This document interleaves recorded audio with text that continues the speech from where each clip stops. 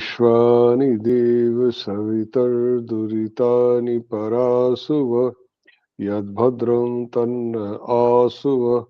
ॐ यां मेधां देवगणाः पितरश्चोपासते तया मामद्य मेधयाग्ने मेधाविनं कुरु स्वाहा। ॐ सहनाववतु सहनौ भुनक्तु सह वीर्यं करवावहै तेजस्विनावधीतमस्तु मा विद्विषावहै। ओम शांति शांति शांति।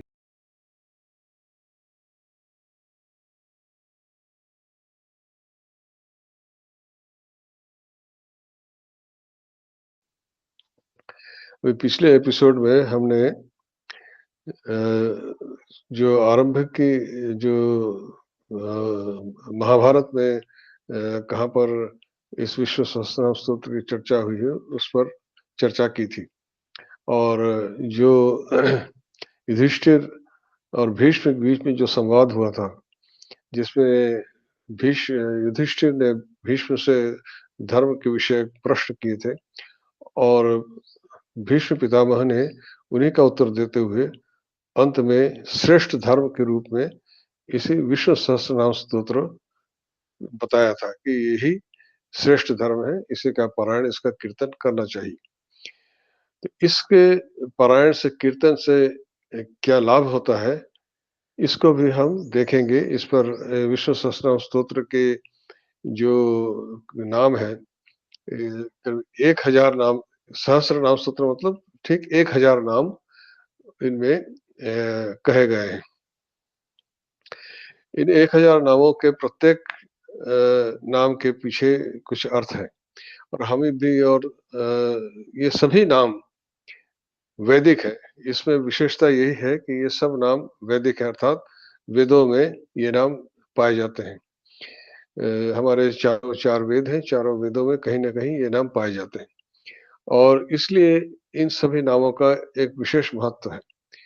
और हम इसकी चर्चा करते हुए पाएंगे कि कुछ नाम एक से अधिक बार भी कहे गए हैं पर हर बार उनका अर्थ भी भिन्न है। यह भी हम देखेंगे कि जो नाम रिपीट हुए हैं तो 2 बार एक ही नाम को 2 बार या 3 बार भी कहा गया है, प्रत्येक बार उसमें क्या भिन्न अर्थ उसमें ग्रहण किया गया है उसको भी हम देखते चलेंगे। पर उससे पहले हम थोड़ा सा इस पर चर्चा कर लें कि इस विष्णु नाम सहस्त्र नाम स्तोत्र की चर्चा से साधक को, उसको करने वाले को क्या लाभ होता है, ताकि जो इसके महत्व को समझ करके तब हम आगे बढ़ें। यद्यपि इसका पाठ सबसे अंत में दिया गया है पर इसको आरंभ में जान लेने से जो हम विष्णु सहस्त्रनाम स्तोत्र पर हम आगे चर्चा करेंगे उस पर आपका ध्यान अधिक केंद्रित होगा। तो इस पाठ के अंत में जो कहते हैं वो इति इदम कीर्तनीयस्य केशवस्य महात्मनः नामना सहस्रम दिव्यानाम अशेषेण प्रकीर्तितम। अर्थात इति इदम, इसका अभिप्राय यह है कि यह जो नाम है 1000 नाम इसमें कहे गए हैं। इसमें न तो एक अधिक है न एक कम है, ठीक 1000 नाम इसमें कहे गए हैं और इस पद से यही बात दिखाई जाती है कि यह सहस्र नाम पूरा का पूरा कहा गया है, पूरे 1000 नाम इसमें कहे गए हैं। और इसमें जो ऐसा कहकर जो प्रकृतितम मतलब जो कहा गया,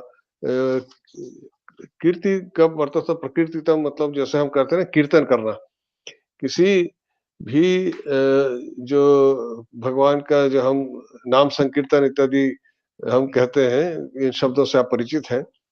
उसका अर्थ ये है कि जो भगवान के नाम को बार बार कहना या उनको फैलाना, दूसरों के से सामने कहना, तो यही कहा गया है। और ये जो दिव्य नाम सहस्रम दिव्य नाम अशेषेण प्रकृति, दिव्य नाम का अभिप्राय यही है जो मैंने अभी कहा। ये प्रत्येक नाम वेदों में ये उक्त है, वेदों में कहा गया है।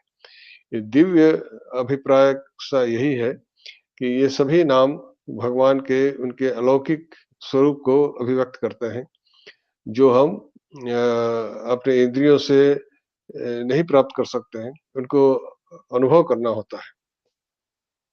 तो ये इन नामों को जब हम गहराई में जाते हैं, तो हम जब नामों के बारे में जब हम अध्ययन करेंगे, नामों को समझने का प्रयास करेंगे, तो हम पाएँगे कि प्रत्येक नाम किसी न किसी उपनिषद के भाव को अभिव्यक्त करता है। उपनिषद के मंत्रों का तो आप जानते हैं कि उपनिषद के मंत्र कितने व्यापक हैं, उनके अर्थ उस परम ब्रह्म से संबंधित हैं और मनुष्य को उसके आत्म स्वरूप की के बारे में बताते हैं। तो जब हम इसमें प्रवेश करते हैं नामों के भीतर और उसके अर्थ को जानने का प्रयास करते हैं, तब यह दृष्टिगोचर होता है कि ये प्रत्येक नाम उपनिषद से किसी-किसी मंत्र के भाव को अभिव्यक्त करता है। तो कितने संक्षेप में एक नाम के माध्यम से लगभग एक पूरे के पूरे मंत्र के भाव को व्यक्त कर दिया गया है। यह हम धीरे-धीरे आगे देखेंगे। तो यह यही से इस श्लोक में यही कहा जा रहा है कि इस सहस्र नाम के द्वारा जो भगवान के एक सहस्र दिव्य नामों को जो कहा गया है और केशवस्य महात्मनः, केशव भगवान विष्णु का ही एक नाम है। यह केशव नाम भी इसमें आया है। तो जब इस नाम पर पहुँचेंगे तब इस नाम की व्युत्पत्ति को भी हम व्याख्या करेंगे। अभी तो केवल इतना जान लीजिए, केशव भगवान विष्णु का ही एक नाम है और उनको महात्मा कहा गया है। महात्मा शब्द भी इस सहस्रनाम में आया है, उस पर भी हम आगे चर्चा करेंगे। तो महात्मा का अभिप्राय ये है कि जो अत्यंत विशाल, जिससे अधिक बड़ा और कोई नहीं है। तो उनके जो कीर्तन कहे जाने योग्य इन सहस्र नामों को यहाँ कह दिया गया है, पूर्ण रूप से कह दिया गया है। यह इस श्लोक का भाव है। उसके बाद कहते हैं, यह इदम शृणुयात् नित्यम यश्चापि परिकीर्तयेत् नाशुभम प्राप्नुयात् किंचित स्व अमुत्र एह च मानवः। यह इदम शृणुयात्, जो इसको सुनता है, शृणुयात् मतलब जो भी, यह शृणुयात् जो इसको सुनता है और नित्यम प्रतिदिन जो इसको, नित्यम मतलब प्रतिदिन जो इसको सुनता है, यश्चापि परिकीर्तयेत् और जो इसके कीर्तन करता है, न अशुभम प्राप्नुयात् किंचित, वह किसी भी प्रकार के अशुभ को प्राप्त नहीं होता। अ, और न इस अमूत्र इह च मानव, वह मानव, अमूत्र मतलब होता है परलोक में और इह मतलब इस लोक में और अमूत्र मतलब परलोक में। इस लोक में और परलोक में किसी भी प्रकार के अशुभ को वह मानव प्राप्त नहीं होता। इसमें केवल कीर्तन करने वाले को नहीं, सुनने वालों के भी कहा है। जो प्रतिदिन इसको सुनता है और प्रतिदिन इसका कीर्तन करता है, इसको पाठ करता है, वह न इस लोक में और परलोक में भी किसी प्रकार के अशुभ को प्राप्त नहीं होता। अशुभ से यहाँ क्या अभिप्राय है? अशुभ का हम जो इह लोक में लौकिक अर्थ में अशुभ का अभिप्राय यही होता है कि हम अपना कल्याण किस चीज़ से समझते हैं कि जो मनुष्य दरिद्रता में पड़ जाता है या किसी संकट में पड़ जाता है, उसी को अशुभ कहते हैं। जब भी आप किसी कार्य में निकलते हैं तो आप ज्येष्ठ लोग शुभ-शुभ कहते हैं। तो जो व्यापारी होता है, वह भी अपने दुकान में लिखता है शुभ लाभ। तो जो आप अपेक्षा कर रहे हैं, वह उसकी प्राप्ति को ही शुभ माना जाता है और उसका उल्टा अशुभ। तो एक लौकिक दृश्य से शुभ हमारे लिए वही है जो हमें कल्याण का मार्ग दिखाए और हमारे लिए हम ईश्वर की तरफ बढ़ सके, वही हमारे लिए शुभ है। और परलोक में शुभ क्या है? परलोक हमारे बहुत से लोग हैं जो, जिसके बारे में हमें पता है, स्वर्गलोक इत्यादि हम सुनते ही हैं। तो वहाँ से जो अपने कर्मों के अनुसार जो जीव है वह लोकों को प्राप्त करता है और उसके कर्मों का क्षय होने पर पुनः उन्हें जन्म लेना पड़ता है। तो परलोक की जो वहाँ पर परलोक में अशुभ का अभिप्राय यही है कि जो पुनर्जन्म में जो आना पड़ता है, फिर से अपने कर्मों का भोग करना पड़ता है। वही अशुभ है। अर्थात जो इस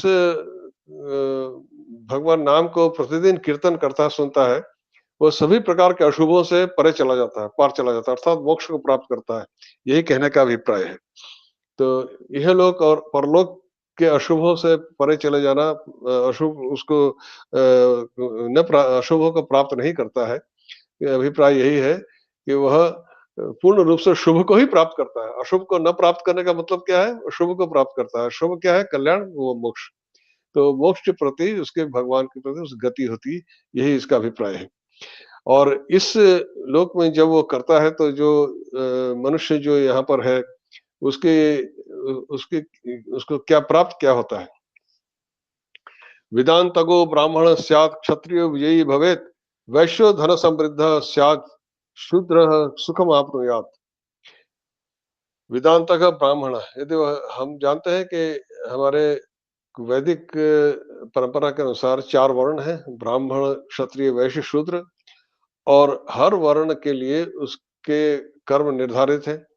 और वो जो कर्म निर्धारित किए गए हैं, उन कर्मों को करते हुए ही वह उन कर्मों को यदि ठीक-ठीक से संपन्न करता है और निष्काम भाव से संपन्न करता है, तब वह मोक्ष, जो गीता में भगवान ने यही हमें बताया है। तो यही कह रहे हैं, वेतांतगः ब्राह्मण स्यात्, ब्राह्मण का कार्य था धर्म की रक्षा और समाज को धर्म की शिक्षा देना। तो पर ब्राह्मण धर्म की शिक्षा कैसे देगा? जब वो वेद और वेदांत को जानेगा तभी तो धर्म की शिक्षा देगा। स्वयं उसको जानेगा तभी दूसरों को बता सकता है। तो वेदांतगः ब्राह्मण स्यात्, यदि वह ब्राह्मण है तो वह वेदांत वेदांत को जानने वाला होता है। वेदांतगः मतलब वेदांत में और वेदों में उसकी गति हो जाती है और वह अपने कार्य को जो वेदोक्त उसका उसके जो उसको जो कर्म निर्धारित है, उसको यथा संभव उसको जो ठीक-ठीक से संपन्न कर सकता है। क्षत्रिय विजयी भवेत्, और क्षत्रिय के लिए क्या कर्म निर्धारित था? धर्म की रक्षा के लिए वह युद्ध करता था। तो उसका कार्य था धर्म की रक्षा के लिए युद्ध करना, धर्म की रक्षा करना। दुष्ट का विनाश और सज्जन की रक्षा, यह क्षत्रिय का धर्म है। और इसी धर्म का पालन करने के लिए गीता में भगवान कृष्ण अर्जुन को बार-बार प्रोत्साहित करते हैं कि तुम उठो और युद्ध करो, क्योंकि यह धर्म युद्ध है। अर्जुन उस धर्म से, उस अपने धर्म के पालन से भाग रहे थे। भगवान उनको उसको योजित कर रहे थे। तो क्षत्रिय विजयी भवेत्, अर्थात क्षत्रिय हमेशा उस धर्म युद्ध में विजय प्राप्त करता है। वह धर्म युद्ध करता है और अपना कर्म का, वेदोक्त कर्म का संपादन करते हुए विजयी होता है। वैश्य धन समृद्ध, वैश्य को क्या कर्म प्राप्त था? वैश्य का काम था जो समाज के जैसे खेती इत्यादि और व्यापार लोगों तक उसके सामग्रियों को पहुँचाना। व्यापार का अर्थ क्या है? कि एक वस्तु को दूसरे एक स्थान से दूसरे स्थान तक पहुँचाना, अर्थात आपकी जो आवश्यकता है उसको पूरी करने के लिए वह कार्य करता था। तो वैश्य धन समृद्ध भव, तो ये धन समृद्ध का मतलब यह नहीं है कि वह धन अपने लिए प्रयोग करता है। हम देखते हैं, आप हमारे समाज में यह यही कहा गया है कि धन का उपयोग कैसे हो? दान इत्यादि के द्वारा। तो धन होगा तभी तो दान करेगा ना। और जो मंदिरों का निर्माण, धर्मशालाओं का निर्माण और जो पथिकों के लिए मार्गों का निर्माण, गौशालाओं का निर्माण, ये सब तभी हो सकता है जब धन हो। तो धन समृद्ध का अभिप्राय यही है, धन समृद्ध वैश्य धन समृद्ध, यह वैश्य का काम था। वैश्यों का यह कार्य था कि वह धन उपार्जन करके उसको समाज सेवा में लगाए और इस तरह से उसका कार्य निर्धारित था। तो वैश्य जब ये विष्णु सहस्त्रनाम स्तोत्र का श्रवण और नियमित पाठ करता है, तो धन समृद्ध होता है और उस धन का वह सदुपयोग करते हुए ठीक-ठीक मार्ग पे अग्रसर होता है, वेदक मार्ग पर। फिर शूद्रः सुखम आपनुयात्, शूद्रः सुखम आपनुयात्, शूद्र के लिए क्या कार्य निर्धारित था? हमारे जो 4 वर्णों का जो व्यवस्था है, उसमें शूद्र शब्द कमजोर वर्ग है। इसलिए कि ब्राह्मण के लिए कार्य है कि वेदों का अध्ययन करना और समाज की रक्षा के लिए, धर्म की रक्षा के लिए वेदों का अध्यापन करना। तो जो अध्ययन नहीं कर सका, जो लड़ने में मतलब जो बहिर्मुखी है, उसके लिए क्षत्रिय धर्म कर दिया कि वह क्षात्र धर्म का निर्वाह करे, तो वह धर्म रक्षा के लिए युद्ध करे। वह भी जो नहीं कर सका, उसके लिए वैश्य का काम दिया कि तुम खेती-बाड़ी करो और धन उपार्जन करके समाज की सेवा करो। वह भी जो नहीं कर सका, उसको कहा तुम सेवा करो। सेवा कार्य अर्थात जो समाज में जिसकी जो आवश्यकता है, वही शूद्र कहलाया। तो शूद्र कहने से अभिप्राय यही है कि उसका कार्य है कि जो जैसे हमारे किसी भी गाँव में आपको आप जानते ही हैं, जो आवश्यकताएँ होती हैं, कपड़े भी धुलने होते हैं, कपड़ों की बुनाई भी होती है और तरह-तरह के कार्य होते हैं। उसमें फिर आगे चल कर के धीरे-धीरे इन कार्यों को बाँट दिया गया और उसी से जाति प्रथा प्रचलित हो गई।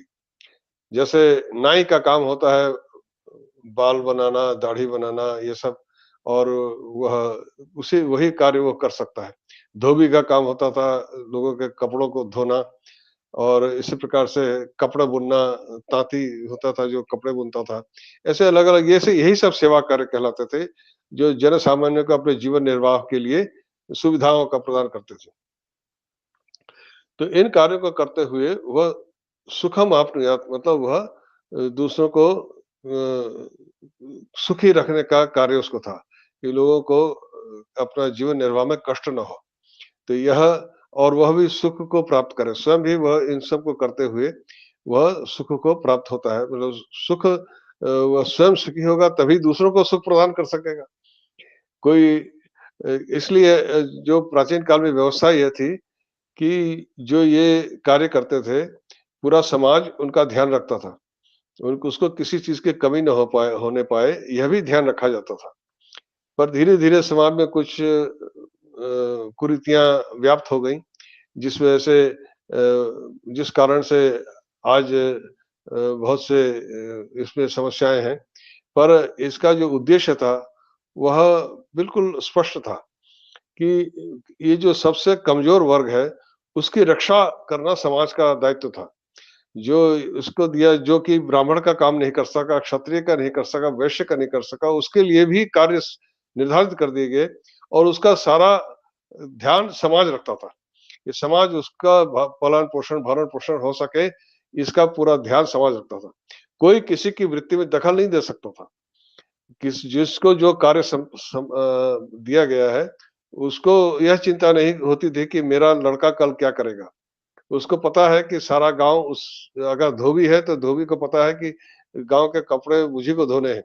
कोई दूसरा उसका काम नहीं कर सकता था। उसे अपने जीविका के लिए कोई चिंता नहीं करनी होती थी। उसको समाज उसका संरक्षण करता था। इस प्रकार से ये जो सबसे कमज़ोर वर्ग जो समाज का होता था, उसका भी जीवन यापन, उसकी रक्षा का पूर्ण दायित्व समाज का होता था। पश्चिम में क्या है, वो वेस्टर्न जो फ़िलॉसफ़ी है, वहाँ पर ये होता है कि जो सबसे बलशाली है, वही जीतता है।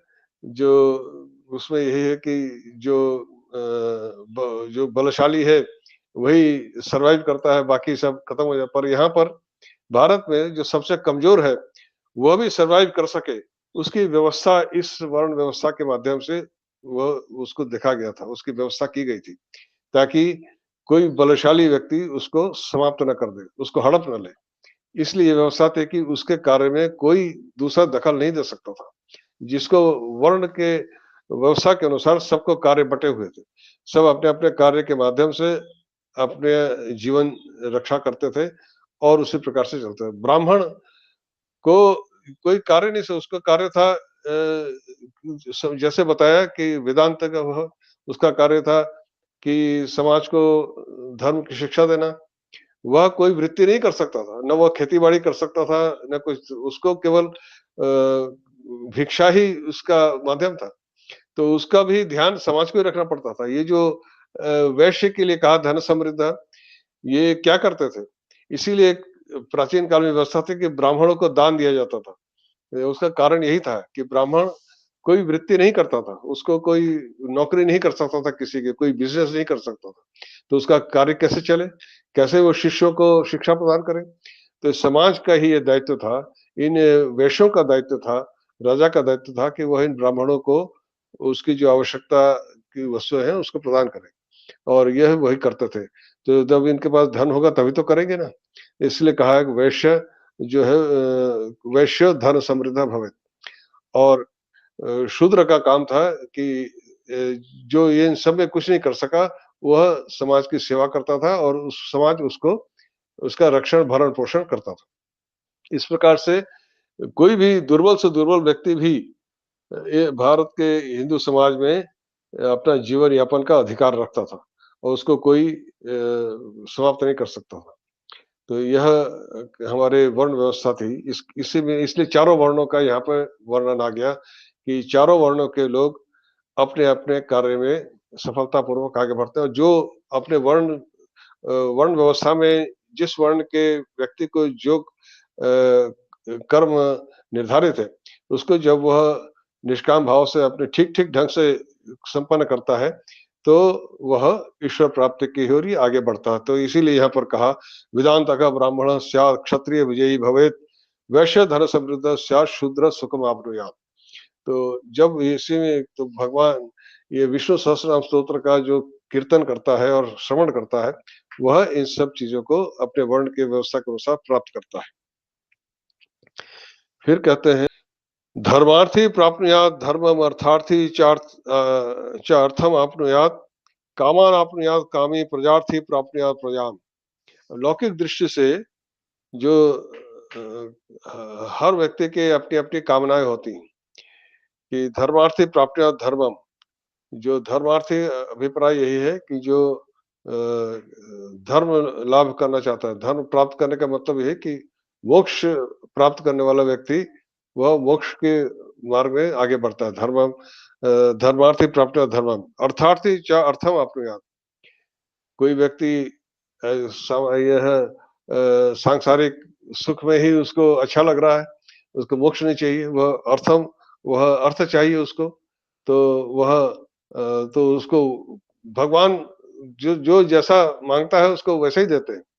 यदि उसको यह चाहिए, अर्थ चाहिए, तो भगवान उसको अर्थ देंगे। अर्थ का मतलब यही है कि जो धन संपत्ति इत्यादि, जिसको वह भोग कर सके, इसी प्रकार से। कामान् आप्नुयात् कामी, यहाँ कामान् आप्नुयात् कामी से अभिप्राय यही है कि मनुष्य की कामनाएँ होती हैं, जो कामनाओं को चरितार्थ करते हुए उसमें से निकलना होता है। जो कामनाएँ यदि अतृप्त रह जाती हैं, तो बार-बार आना पड़ता है उन कामनाओं को पूर्ण करने के लिए। जब मनुष्य हर मनुष्य के भीतर कामनाएँ तो रहती हैं, इन्हीं कामनाओं से निकलने से जब तक ये कामनाएँ शांत नहीं हो जाएँगी, तब तक मोक्ष नहीं प्राप्त हो सकता। उसे बार-बार आना ही पड़ेगा। तो कामनाएँ अतृप्त न रहे, इसलिए जिसकी जो कामना है उसको भगवान देते हैं। तो वही कामान आपनुयात कामी। यहाँ पर जिसको जो कामना है उस यदि वह किसी कामना की पूर्ति की इच्छा से भगवान का नाम स्मरण कर रहा है, तो उसकी भी पूर्ति वह करते हैं। फिर प्रजार्थी चापनुयात प्रजाम। किसी के पास संतान नहीं है, किसी की संतान नहीं है। प्रजा का मतलब यहाँ संतान से है। तो पुत्र नहीं है, तो पुत्र प्राप्ति के लिए कोई अगर भगवान को स्मरण करता है, तो प्रजार्थी प्राप्नुयात प्रजा, वह पुत्र प्राप्त करता है। इस प्रकार से इसमें सब चीज़ें इसमें दी कि जो मोक्ष चाहिए उसे मोक्ष प्रदान करते हैं, जिसे धन संपत्ति चाहिए उसे धन संपत्ति प्रदान करते हैं, जिसे अपनी कामनाओं की पूर्ति करनी चाहिए वो कामनाएँ भी उसको प्रदान करते हैं और जिसे संतान चाहिए, पुत्र चाहिए उसको भी प्रदान करते हैं। प्राचीन काल में पुत्र प्राप्ति के लिए यज्ञ संपादन किए जाते थे। आप जानते हैं राजा दशरथ ने यज्ञ किया था तभी उनको राम, लक्ष्मण, भरत, शत्रुघ्न 4 पुत्र प्राप्त हुए थे। तो ये पुत्र प्राप्ति के लिए भी संतान प्राप्ति के लिए भी भगवान तो संतान प्राप्ति की इच्छा करना कोई कोई बहुत गलत इच्छा नहीं है। वह हर मनुष्य को में यह इच्छा रहती है 3 प्रकार की कामनाएँ होती हैं मनुष्य में। एक तो यही है कि वित्तैषणा मतलब धन संपत्ति की कामना, दूसरी होती है लोकैषणा अर्थात यश की कामना कि मुझे लोग माने, और तीसरी होती है पुत्रैषणा अर्थात पुत्र प्राप्ति की इच्छा। तो यह 3 कामनाओं के वशीभूत होकर के मनुष्य अपने कर्म करता है। तो इसमें जिसकी जैसी कामना है भगवान उसको पूर्ति करते हैं, यह एक यहाँ का अभिप्राय है। फिर कहते हैं भक्तिमान यह सदोत्थाय शुचिस्तद्गतमानसः सहस्रं वासुदेवस्य नाम्नामेतत् प्रकीर्तयेत् यशः प्राप्नोति विपुलं जाति प्राधान्यमेव च अचलां श्रियमाप्नोति श्रेयः प्राप्नोति अनुत्तमम्। तो क्या कह रहे हैं कि भक्तिमान यह जो भक्ति संपन्न व्यक्ति है, भक्ति पूर्वक सदा उत्थाय मतलब सुबह उठ करके शुचि माने शुद्ध होकर के अर्थात नहा धो करके तद्गत मानस है मतलब पूर्ण तरह से मन लगा करके वासुदेवस्य सहस्रम वासुदेव के भगवान विष्णु के सहस्र नाम ये नाम नाम हम एतत् प्रकीर्तयेत अर्थात इन नामों का कीर्तन करता है। कोई जो सुबह उठ करके शुद्ध होकर के बैठ करके भगवान के नामों को भक्त तद्गत चित्त अर्थात भक्ति पूर्वक इन नामों का पारायण करता है, कीर्तन करता है, उसको क्या होता है? यश प्राप्त होती है विपुलम, उसको यश प्राप्ति होती है। जैसे अभी मैंने क्या कहा, अभी हमने क्या सोचा कि मनुष्य की 3 विशिष्ट कामनाएँ होती हैं। उसमें से एक है लोकैषणा, वही है यश प्राप्ति की इच्छा। तो वो परम यश को प्राप्त करता है, विपुलम, विपुल यश को प्राप्त करता है। फिर जाति प्राधान्य में वच अर्थात अपने समाज में उसको प्रधानता उसको लोग सम्मान करते हैं। तो ये लोकेशणा में ये भी आता है कि सम्मान करना। फिर अचलाम श्रियम प्राप्त होती, श्रियम का यही अभिप्राय है, जैसे कहते हैं वित्तैषणा। श्री का अर्थ होता है धन संपत्ति सौभाग्य, ये श्री कहते हैं। इसी को श्रियम, श्री एक श्री लक्ष्मी का भी नाम है, पर यहाँ पर श्री से अभिप्राय यही है समृद्धि। तो समृद्धि को प्राप्त करता है, अचलाम श्रियम प्राप्त होती। वह समृद्धि ऐसी है, अचलाम का मतलब क्या है कि वह जो समृद्धि है उसको छोड़ कर नहीं जाते, वह समृद्धि में ही रहता है, वह कभी दरिद्रता में नहीं पड़ता। क्या होता है कि अचलाम का अभिप्राय यही है, वह कभी दरिद्रता में नहीं पड़ता, वह हमेशा उसको समृद्धि उसकी रहती है कि वह किसी प्रकार के कष्ट में न पड़े।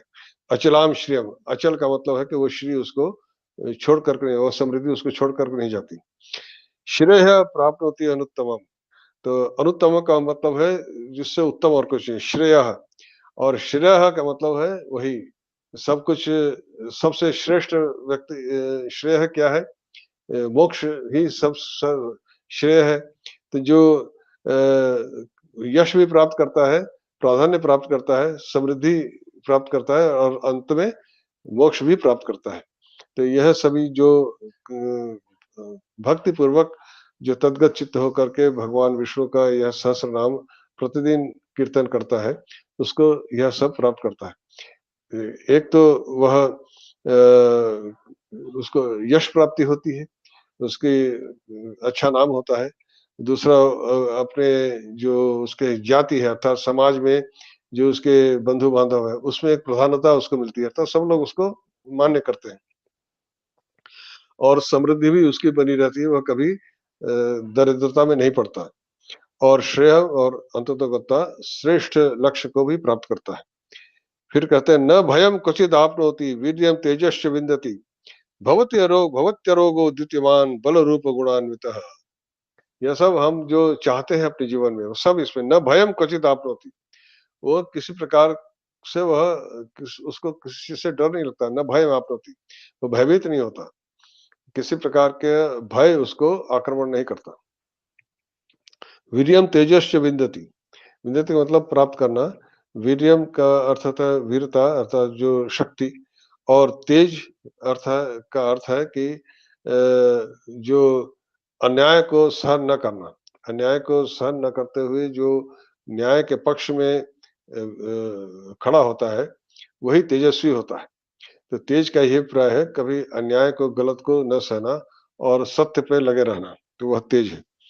और भवत्ति अरोगो द्युतिमान, अरोग उसको कोई रोग नहीं होता, अरोग अरोग मतलब निरोग रहता है, उसका शरीर भी स्वस्थ रहता है।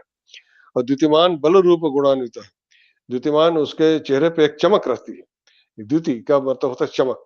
वो चेहरा हम कहते हैं ना तुम्हारा वो चेहरा कोई दुखी होता है तो कहते हैं मुरझाया हुआ क्यों है? और जो हमेशा प्रसन्न रहता है उसके चेहरे में एक चमक रहती है, अर्थात वह सदैव प्रसन्न रहता है। तो यही द्युतिमान का ये अभिप्राय है।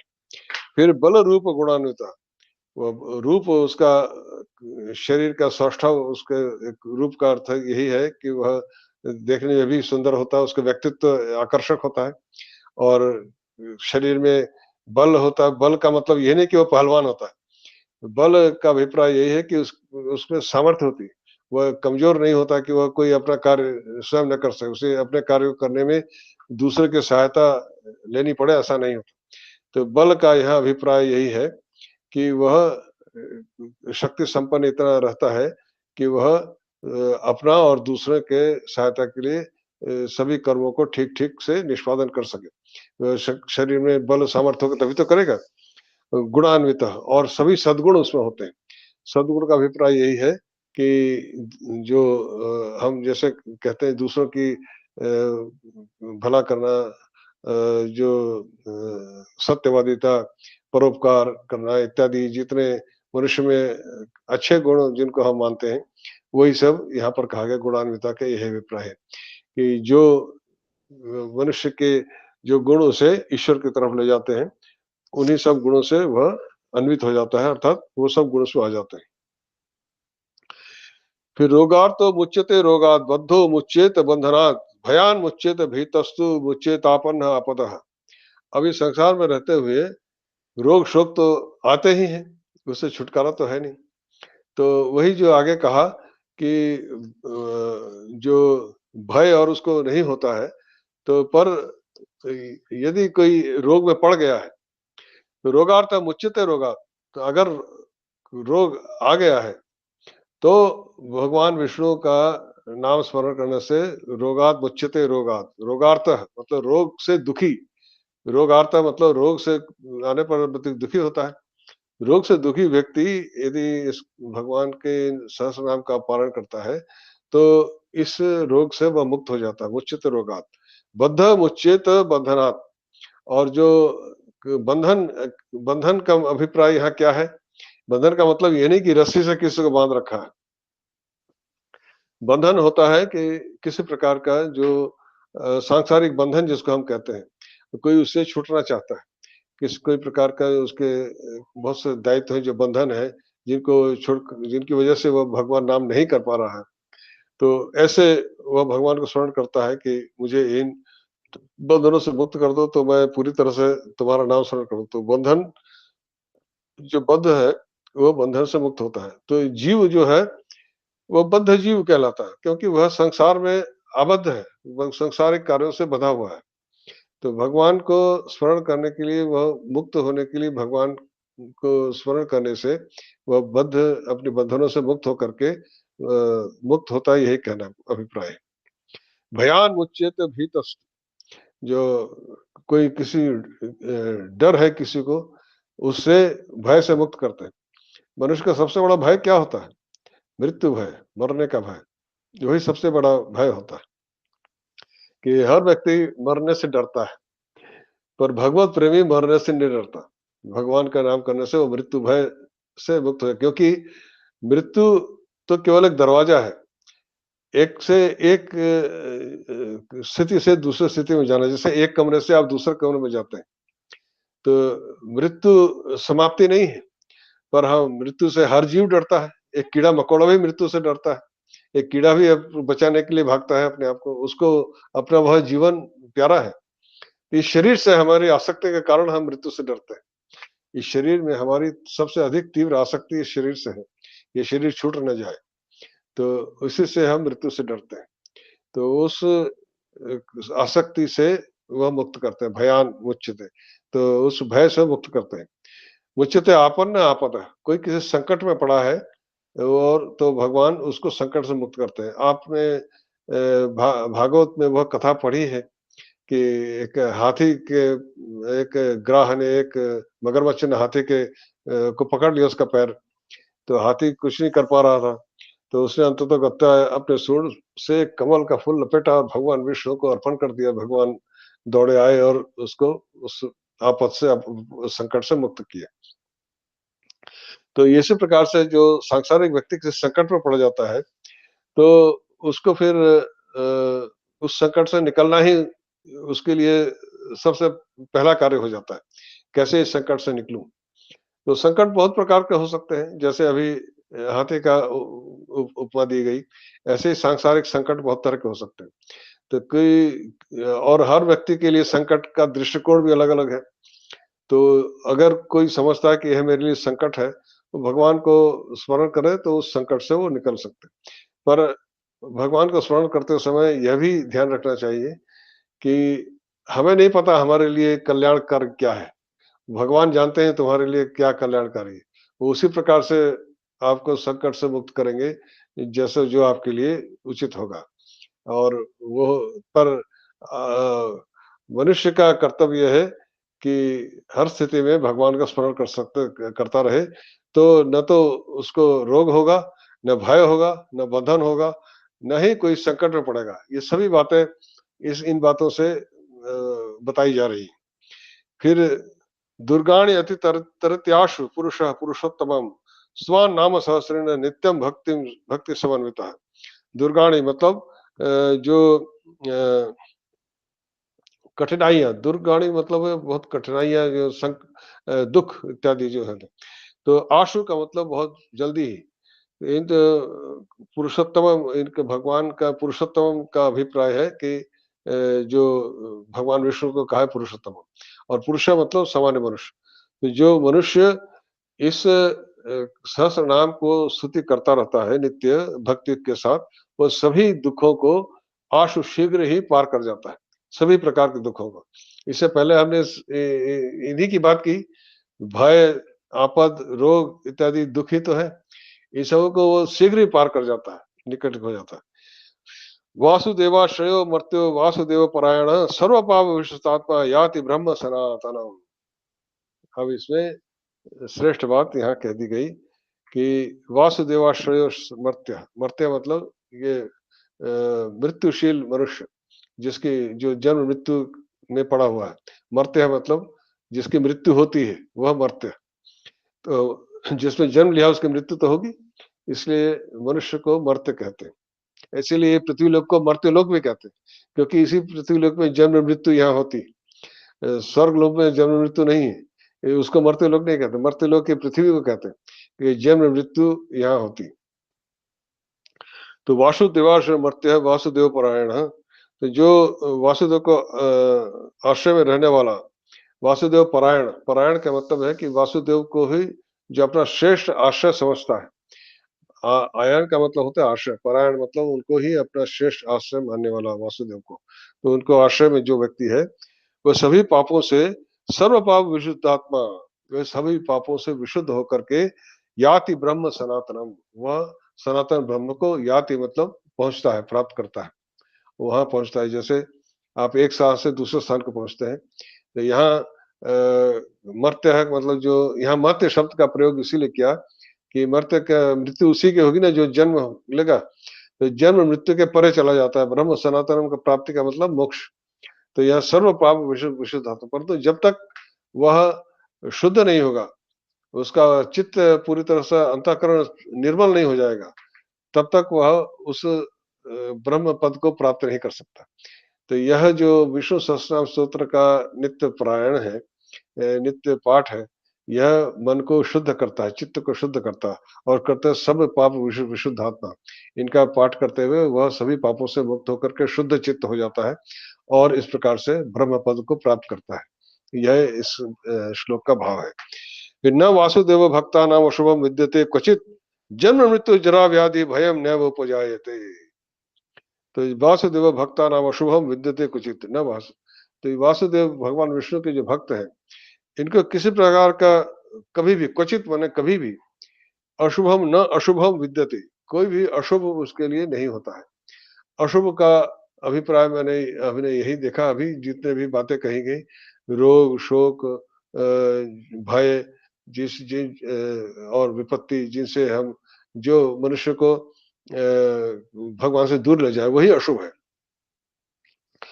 तो कोई भी जो भक्त है, वह न अशुभम प्राप्नुयात्। अशुभ का मतलब वही है, ऐसी वस्तुएँ जो उसको भक्त को भगवान से दूर ले जाए। न अशुभम प्राप्नुयात्। वो किसी न वासुदेव भक्तानां अशुभम विद्यते क्वचित्। कभी भी किसी प्रकार के वासुदेव भक्त को कोई अशुभ नहीं होता है। अशुभ का मतलब यहाँ पर यही है कि ऐसा कोई बात उसके साथ नहीं होती है, जो उसे भगवान से दूर ले जाए। दूसरा, जन्म मृत्यु जरा व्याधि भयम न नैव उपजायत। जन्म मृत्यु जरा व्याधि, जन्म मृत्यु जरा मतलब बुढ़ापा, व्याधि मतलब बीमारी। ये सब चीजें इनका जो भय, इनका भय होता है ना, कि रोग का भय, व्याधि, व्याधि मतलब रोग, और जरा का मतलब है बुढ़ापा। और बुढ़ापा भी एक प्रकार से रोग ही है। बुढ़ापा में मनुष्य बड़ा कष्ट में पड़ जाता है, क्योंकि अपने कामों को करने में उसका सामर्थ्य शक्ति क्षीण हो जाती है। बुढ़ापे में से भी व्यक्ति डरता है। और जन्म मृत्यु से तो है ही है। इनका भय, जन्म मृत्यु का भय, बुढ़ापा और रोग। तो जब जन्म होगा, शरीर होगा, तो मृत्यु भी होगी, बुढ़ापा भी होगा, रोग भी आएंगे। तो इन सब के भय से वह मुक्त हो जाता है, अर्थात वह मोक्ष प्राप्त करता है। यही कह रहे। जो अशुभम न विद्यते का अभिप्राय यही है कि जब वह जो रोग और जो कह रहे जरा, रोग और बुढ़ापा, इनसे शरीर अगर है तो ये तो चीजें आएंगी। तो इनसे मुक्त कर होना है तो जन्म मृत्यु से भी मुक्त होना होगा। तब वही कह रहे कि जो इसका भय जो है, उस भय से वो मुक्त हो जाता है, अर्थात वह भगवान का नाम स्मरण करते करते वह इन सभी भयों से मुक्त होकर के परम पद को याति ब्रह्म सनातनम, वही बातें, ये सब इसी के साथ ही। फिर कहते हैं, इसके अंतिम श्लोक यही है इसमें कि फिर नहीं, अंतिम नहीं, इसके बाद और भी है। इमं स्तवम अधियान श्रद्धा भक्ति समन्वितः युजितात्म सुख शांति श्री धृति स्मृति कीर्ति भी। अर्थात इस स्तव का श्रद्धा भक्ति पाठ करने वाला मनुष्य पुरुष आत्म सुख, क्षमा, लक्ष्मी, धैर्य, स्मृति और कीर्ति से युक्त होता है। इसमें क्या है, जिसे आत्म सुख, शांति, तो जो शांति का मतलब है क्षमा, मतलब दूसरों को उसमें किसी के प्रति कोई बदले की भावना नहीं रहती। क्षमा का मतलब यही है कि मेरा मुझसे अगर किसी ने कुछ गलत व्यवहार किया है, तो मन में एक भावना आती है कि इसको कैसे मजा चखाया जाए, इसको ठीक करना है। तो जो बदले की भावना होती है, वो मनुष्य को बहुत परेशान करती है। तो शांति का मतलब, तो वो बदले की भावना अगर तंग कर रही है, तो वो सुखी नहीं हो सकता। तो आत्म सुख, युजित आत्म सुख, शांति, श्री धृति स्मृति कीर्ति भी। तो श्री का मतलब होते है समृद्धि, सुख समृद्धि, धृति का मतलब धैर्य, स्मृति का मतलब है भगवान के प्रति जो स्मरण मनन नियंत्रण बना रहना, और कीर्ति उसका यश, सुयश चारों तरफ फैलता है। कीर्ति का मतलब है सुयश से है, अच्छा है। एक एक डकैत का भी नाम फैल जाता है, जो लोग उससे डरते हैं, पर वो अपयश है। तो यहाँ कीर्ति से मतलब सुयश है, उसके अच्छे कामों की का लोगों से कीर्तन होता है। तो धृति का मतलब धैर्य, वह कभी भी धृति का अभिप्राय यही है कि जब वह कोई कार्य आरंभ करता है, तो उसको बीच में नहीं छोड़ता, यह धृति का मतलब है कि वह लगा रहता है। भगवान के नाम स्मरण का जो यह कार्य है जो उसने आरंभ किया, तो उसको उसमें लगे रहना है, उसमें उसको छोड़ नहीं देना बीच में। छोड़ दिया तो फिर लक्ष्य में नहीं पहुँच पाएगा। कोई नाविक है, वो नाव को उस पार ले जाना है, अगर वो बीच में नाव को खेना छोड़ दे, तो नाव तो बीच में ही रह जाएगी। तो एक धैर्य का मतलब यही है कि आपने विष्णु सहस्त्रनाम स्तोत्र को आरंभ किया है, उसका कीर्तन, तो उसको लगातार बनाए रखिए अपने जीवन में, और उसको कभी छोड़िए नहीं, तब आप अपने लक्ष्य को अवश्य पहुँचेंगे। तो युजित वो युक्त हो जाता है क्या, आत्म सुख, माने अपने ही भीतर अपना सुख पा लेता है भीतर। उसे सुख के लिए किसी सिनेमा हॉल में जाने की आवश्यकता नहीं होती। किसी क्लब, सिनेमा हॉल, रेस्टोरेंट में जाकर के हम बाहर आनंद खोजते हैं। आत्म सुख का मतलब उसे आनंद अपने ही भीतर प्राप्त होने लगता है। उसे फिर सुख के लिए किसी बाहर की वस्तु के खोज में जाने की आवश्यकता नहीं। और शांति, श्री, धृति, स्मृति, कीर्ति, ये सब हमने बताया। श्री का मतलब समृद्धि, अर्थात वह कभी दरिद्रता में नहीं पड़ता, उसको जो आवश्यकता है उसको पूर्ति होती रहती है। और धृति मतलब धैर्य वह लगा रहता है भगवान के नाम संकीर्तन में। स्मृति भगवान की स्मृति सदैव उसके मन में बनी रहती है और कीर्ति उसका चारों तरफ उसका मान रहता है, उसका कभी अपमान नहीं होता। उसको कभी गलत कार्य में वो नहीं फँसता। क्या होता है कभी-कभी व्यक्ति ने कोई गलत काम नहीं भी किया है तभी उसके ऊपर कोई गलत आरोप लग गया, तो समाज में उसका एक अपमान होता है। तो वह कभी अपमान के सम्मुखीन नहीं होता। और इस प्रकार से ये सब चीज़ें और जैसे अभी और भी चीज़ें इसमें जैसे कही हैं ना अ, केवल यही नहीं भगवान उसको किसी प्रकार से आपदा से भी बचाते हैं। जैसे ना इसमें पहले कहा है ना कि इसमें मुच्यते आपन्न आपदः इससे पहले हमने पढ़ा था भयान् मुच्यते भयतस्तु मुच्यते आपन्न आपन्न आपदः आपत्ति से उसको बचाते हैं। अर्थात किसी प्रकार की एक्सीडेंट आपत्ति मतलब जैसे एक्सीडेंट आप रास्ते में कोई एक्सीडेंट हो जाता है, कुछ हो जाता है। तो उससे क्या होता है कि बहुतों की स्पॉट डेथ जिसे आप कहते हैं ना कि अकस्मात मृत्यु अपघात मृत्यु जिसे कहते हैं कि उससे रक्षा करते हैं। मतलब किसी प्रकार के एक्सीडेंट में उसकी अपघात मृत्यु हो जाए, ऐसा नहीं होने देते। क्योंकि यदि अपघात मृत्यु हो गई, तो उसका तो कार्य अधूरा रह गया। हम जानते हैं कि अपघात मृत्यु होने से प्रेत योनि में जाना पड़ता है। तो भगवान का नाम करने वाला प्रेत कैसे हो सकता है? तो इसलिए भगवान उसको आपत्ति से हमेशा रक्षा करते हैं। तो एक बात तो निश्चित है कि नित्य भगवान का स्मरण करने वाला व्यक्ति, सहस्रनाम पढ़ने वाला, किसी प्रकार के इस प्रकार के एक्सीडेंट से वो भगवान उसको बचाते हैं और वह इसी को आपत कहा है। इसलिए आपत्ति यही सबसे बड़ी आपत्ति होती है। जब कोई एक्सीडेंट हो गया तब उसको कैसे ले जाओ, कहाँ ले जाओ, क्या करो, क्या वो एक बहुत बड़ी आपत्ति होती है। उस समय उससे कुछ सूझता नहीं, तो उससे वो बचाते हैं, नहीं होने देते। फिर इसमें कुछ और भी है, न क्रोधो न च मात्सर्य न लोभो न शुभा मतिः भवन्ति कृतपुण्यानां भक्तानां पुरुषोत्तम में। तो ये उसमें क्रोध, मात्सर्य का मतलब होता है कि दूसरों में गुण में भी दोष देखना, इसको मात्सर्य कहते हैं।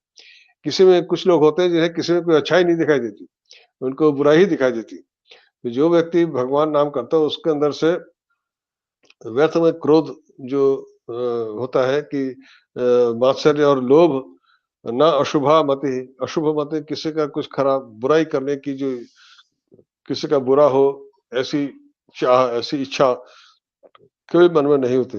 भवन्ति कृत पुण्यानाम भक्तानाम पुरुषोत्तम। तो ये जो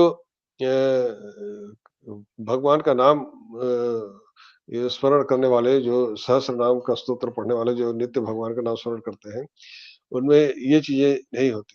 क्रोध हम कुछ भी जो क्रोध कब होता है कि जब हम जैसा चाहते हैं वैसा अगर नहीं हो रहा है, तो क्रोध उत्पन्न होता है। हमारे कामनाओं की पूर्ति में कुछ बाधा उत्पन्न होती है। तो जब कामनाओं को आपने अपने नियंत्रण में कर लिया है, तो क्रोध भी नियंत्रण में आ जाता है। तो उसमें क्रोध नहीं उत्पन्न होता। क्रोध तो मात्सर्य दूसरों को वह गुण देखता है, उसमें दोष नहीं दिखाई देता। दूसरों में दोष देखना एक बहुत बड़ी कमी है।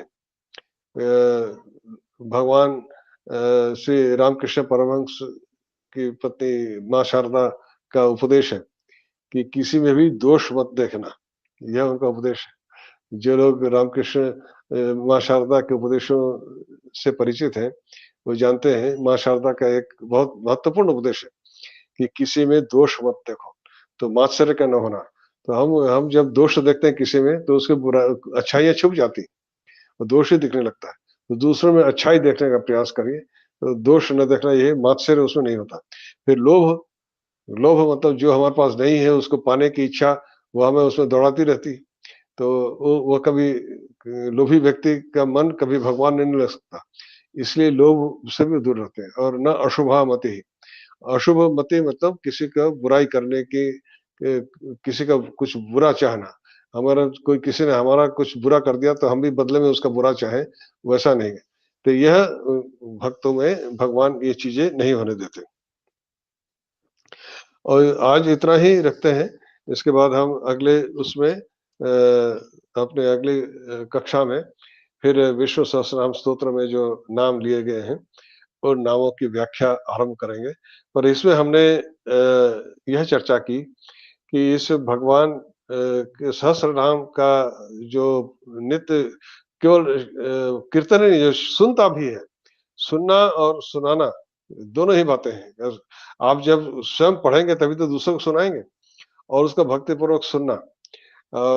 तो जो इसका कीर्तन करना अर्थात स्वयं उसका पारायण करना और अथवा उसको सुनना, दोनों ही बातें ये सब फलदायक हैं जो हमने अभी यहाँ पर सुनी। वह व्यक्ति उसका चित्त निर्मल होता है, शुद्ध होता है, उसको किसी प्रकार से रोग, शोक, ताप इत्यादि से भगवान उसको बचाते हैं और अंततः गत्वा वह अपने लक्ष्य को, मोक्ष को ब्रह्म को प्राप्त करता है। जैसे इसमें ब्रह्म सनातन जो लिखा बताया ना अभी, जो इन्होंने भगवान ने अभी कहा है कि जो सनातन ब्रह्म को अंततः प्राप्त करता है। सर्व पाप विशुद्धात्मा याति ब्रह्म सनातन। वो सभी पापों से विशुद्ध होकर के ब्रह्म सनातन को प्राप्त करता है। तो यह इसी को भीष्म पितामह ने कहा कि श्रेष्ठ धर्म है मनुष्य का और इसको यदि वह करे तो वो यह चित्त शुद्ध होना ही सभी कर्मों का उद्देश्य है। चित्त को शुद्ध होकर के विशुद्ध आत्मा होकर के वह सनातन ब्रह्म पद को प्राप्त हो जाता है। यही इसका आशय है। तो अब अगले अपने एपिसोड से हम भगवान की इस सहस्रनाम स्तोत्र में प्रवेश करेंगे और प्रत्येक नाम के भाव को, अर्थ को समझने का प्रयास करेंगे। चलिए आज इतना ही। नमस्कार।